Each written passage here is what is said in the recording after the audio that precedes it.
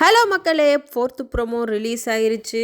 ஆனால் இப்போ சூப்பராக இருக்குது அந்த ப்ரோமோ. என்னென்னு பார்த்தீங்கன்னா, எந்த அளவுக்கு சூப்பராக இருக்கோ அந்த அளவுக்கு பார்க்கவே ஒரு டிஃப்ரெண்ட்டாக இருக்குது. எந்த சீசன் இல்லாது விஜய் சேதுபதிக்கு எதிராக பிரஜின் வந்து பார்த்திங்கன்னா அப்படியே திமிரா நின்று பேசியிருப்பார்.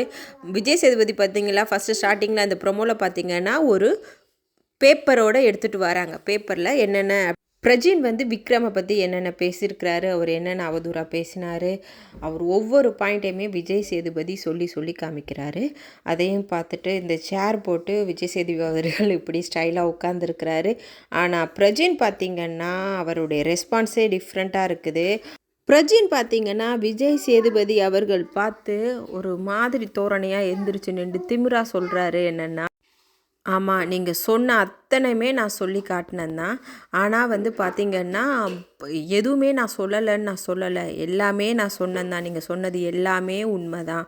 ஆனால் நீங்கள் தான் சண்டை போட சொல்கிறீங்க, நீங்கள் தான் இது பண்ண சொல்கிறீங்க, அப்போ என்ன தான் நாங்கள் பண்ணுறது அப்படின்னு சொல்லிட்டு கேட்குறாரு.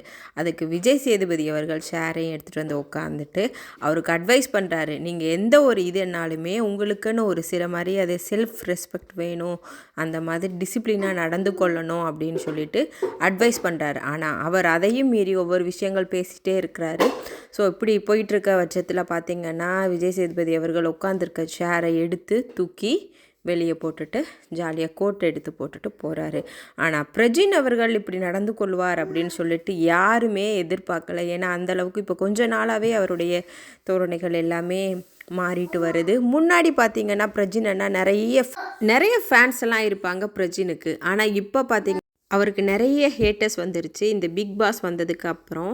ஆனால் சன் மியூசிக் அந்த மாதிரி டைமில் ஒர்க் பண்ணும்போதெல்லாம் நிறைய ஃபேன்ஸ் இருப்பாங்க, அவங்களுக்கு நிறைய கேர்ள் ஃபேன்ஸ் இருப்பாங்க. இப்போ பார்த்திங்கன்னா இவருக்கு சூப்பராக ஒரு புதுசாக ஒரு பட்டம் கொடுத்துருக்காங்க. என்னென்னு பார்த்திங்கன்னா பேப்பர் ரவுடி அப்படின்னு தான் சொல்லியிருக்கிறாங்க பிரஜினை. ஆனால் இந்த வாரம் இவர் எவிக்ட் ஆவார் அப்படின்னு சொல்லிக்கிறாங்க. ஆனால் என்ன மாதிரி எந்தளவுக்கு உண்மை அப்படின்றதுக்கு நாங்கள் வெயிட் பண்ணி தான் பார்க்கணும் இன்றைய எபிசோடை. இந்த முறை பார்த்திங்கன்னா விக்ரம் வந்து நல்லா சூப்பராக ஹேண்டில் பண்ணியிருந்தார். இந்த இஷ்யூ எல்லாமே சூப்பராக காமெடி பண்ணிவிட்டு அந்த மாதிரி பண்ணியிருந்தார். ரொம்ப நாள் கழித்து இந்த மாதிரி விஷயங்கள் செஞ்சுருக்கிறாரு விக்ரம். அதனால் சோஷியல் மீடியாவில் அவரை பாராட்டிட்டு வராங்க. அதே மாதிரி அன்அஃபிஷியல் ஓட்டிங் பார்க்கும்போது விக்ரம் வந்து 3rd பிளேஸில் இருந்தார். ஆனால் இப்போ வந்து பார்த்திங்கன்னா 2nd பிளேஸில் இருக்கிறாரு. அதே மாதிரி வந்து பிரஜின் வந்து லாஸ்ட் பிளேஸில் இருக்கிறாரு. மேபி அவர் எலிமினேட் ஆகிறதுக்காக வாய்ப்பு இருக்குது அப்படின்னு சொல்லி பேசப்படுது. ஓகே, நாங்கள் வெயிட் பண்ணி பார்ப்போம் என்ன நடக்குது அப்படின்னு சொல்லிட்டு. மறக்காமல் உங்களுடைய கமெண்ட்ஸ் என்ன, நீங்கள் என்ன நினைக்கிறீங்க இந்த இஷ்யூ பற்றி?